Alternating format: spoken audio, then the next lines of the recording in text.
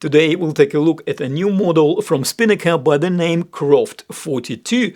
The design of this new diver is quite specific, I would even say it is somewhat niche, and yet it is straightforward recognizable as a diver tool watch. It is named after Robert Croft, a renowned freediver who became the first person to freedive beyond 200 feet. So the origin of the name is more or less clear. Now the number 42 isn't as obvious, but we might take an educated guess. However, there are definitely more numbers that we will need to discuss here, so let's take a closer look.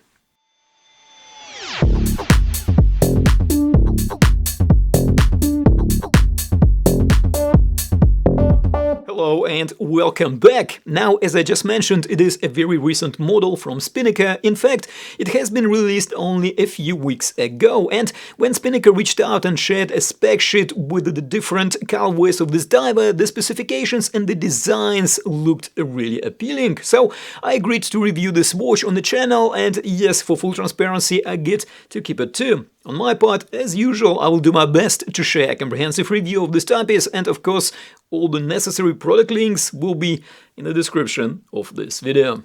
So it is obviously a diver, however, it is also a skeleton. And skeleton can be a bit tricky to pull off, and in my view the biggest issue with skeleton watches, leaving the personal preferences aside, is legibility. On some skeleton implementations, the details of the movement blend with the dial elements to such a degree that it is hard to say what time it is. And I might be in a minority here, but I consider the ability to read the time on a watch kinda an important feature of a tool that is meant for reading the time. Well, the good news is that on this Spinnaker the legibility is not compromised. Even more, the lume on this diver is very decent too, ensuring a good legibility in low light.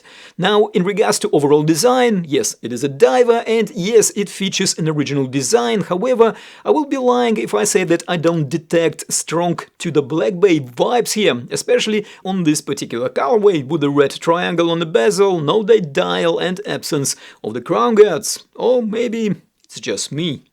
Okay, time to check dimensions, and yes, if you guessed that the number 42 in the name of this model references the case diameter, well, then you were correct. Congratulations! The lug width is 20 mm, which slightly deviates from the 1:2 ratio with the case diameter. However, it does let us have access to the great pool of 20 mm straps. The case height is 14 mm, the lug-to-lug distance is 49 mm, which is fairly compact, and complemented by the inverted end links should make this watch suitable for wrists starting from about 6 inches and up.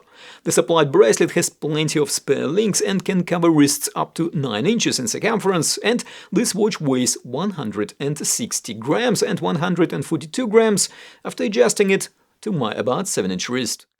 As for the case, we have a full stainless steel construction. The case is brushed pretty much everywhere except for the high polish chamfers on the top and on the bottom of the flanks. The brushing is decent, the strokes are a bit coarse, although the geometry of the case is well defined, so we can assume that such a coarse finish is by design to underline a tool nature of this timepiece. The screw-down crown is well proportioned and is decorated with a Spinnaker engraved logo. Flipping the case over, and we are faced with a screw-on back case as we would expect on a diver watch. The back case is brushed and has a key specifications engraved on the perimeter, and it features an exhibition window through which we can see the SeaQ movement. Spinnaker decorated the rotor of the movement with a branded plate, which definitely looks more interesting than the stock SeaQ rotor. And we have 500 feet, an equivalent of approximately 150 meters of declared water resistance on this watch, definitely enough for swimming. So Spinnaker installed a boxed sapphire crystal here. The crystal is flat on the top and it is slightly raised and has a smooth round edge.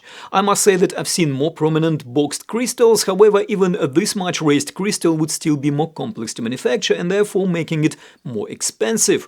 The crystal also has anti-reflective undercoating applied, and it gives the crystal a slight blue hue at certain viewing angles. The anti-reflective coating actually does its job pretty well, as you can see in this footage of filming this watch in direct sunlight.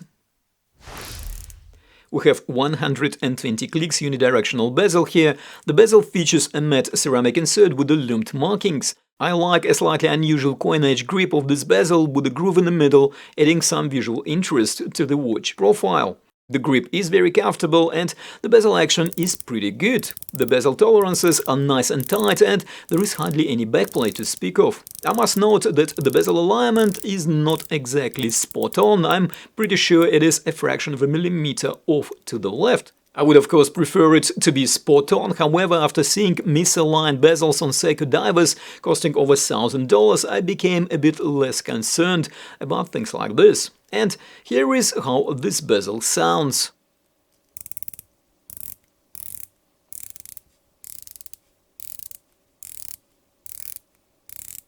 So, looking at the dial, and it is a so-called key selling point of this watch, because instead of the dial background we have here the view of a skeletonized SeaQ movement, NH70. Now, this is a very close sibling of a very popular NH35 caliber, but without the date complication and with a skeletonized baseplate. So, as far as I can tell, the cuts and decorations on the movements that we can see through the crystal are done at the SeaQ factory, which is of course more cost-effective than for Spinnaker doing it themselves, but on the other hand gives us much more assurance in terms of the movement reliability and dependability, because it is fully designed and decorated by the movement manufacturer themselves. Now, turning back to the dial, okay, I might have misled you ever so slightly, because the dial actually does have a background, which is transparent, and it has a printed brand name above the pinion, 2 lines of text below it, and the minute chaptering with 5-minute intervals printed in red. And all this is surrounded by yet another layer, this time a solid ring with a printed minute chaptering and applied hour indices, which are really well filled with lume, as we will see just now. And we have a set of pencil-style hands. They are also partly skeletonized, but still well legible. Okay, the visible movement background is still slightly distracting, but not near close to the point I've seen on some skeletonized designs, where it is almost impossible to read the dial. And here is my 15-minute lume test. We have a very decent superluminova application, the lume is consistent and long-lasting, and having pretty much most of the bezel markings lumed definitely enhances the legibility even further. In regards to the bracelet, we have a good integration of the inverted end-links with the case, well matching the lux curvature as well as the finishing. The end-links are solid and so are the rest of the bracelet links, which is also good. From the design standpoint, it is a straightforward oyster-style bracelet. The links are fully brushed on the top and on the sides, and the style of brushing is somewhat coarse, very similar to the case. The links are connected by pins, and all in all the bracelet is okay. However, I must point out that the tolerances are not the tightest I've seen. On one hand, it ensures that the bracelet has plenty of flexibility and the watch is very comfortable on the wrist. However, given the price point, which we will look at next, I would like to see a bit more refined bracelet build.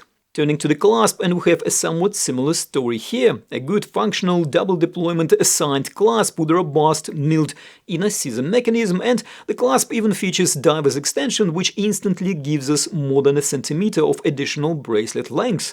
Very practical if we are to put this watch over a wetsuit. However, the outer shell of the clasp is pressed, and while it fits the style of this watch well, it doesn't exactly scream premium. And here is how this watch wears on my about 7-inch wrist. Right, verdict time. Well, from the key selling point of this watch, the skeletonized dial design, I think Spinnaker did a really good job, delivering a robust, functional and, most importantly, legible diver with a really good lume and premium boxed sapphire crystal. So, from a functional perspective, it kinda does what it says on the box, so to speak. However, at the asking price of $435, I'm not entirely sure if the novelty of the skeletonized design will be enough to keep this watch competitive in this price segment. I think at this price point we might expect some premium touches like a fully milled clasp with on-the-fly adjustment, possibly a quick release bracelet and even screws connecting the links. Oh, with this well-executed watch head, the bracelet isn't that important anymore, especially taking into account that we might completely replace it on this diver tool watch. Well, what are your thoughts on this? Well, do let us know in the comments. And for more diver watches, do check out my playlist on the screen somewhere here. Don't forget to like and of course subscribe if you haven't already done so. Take care, thank you for watching, and I'll see you in the next one.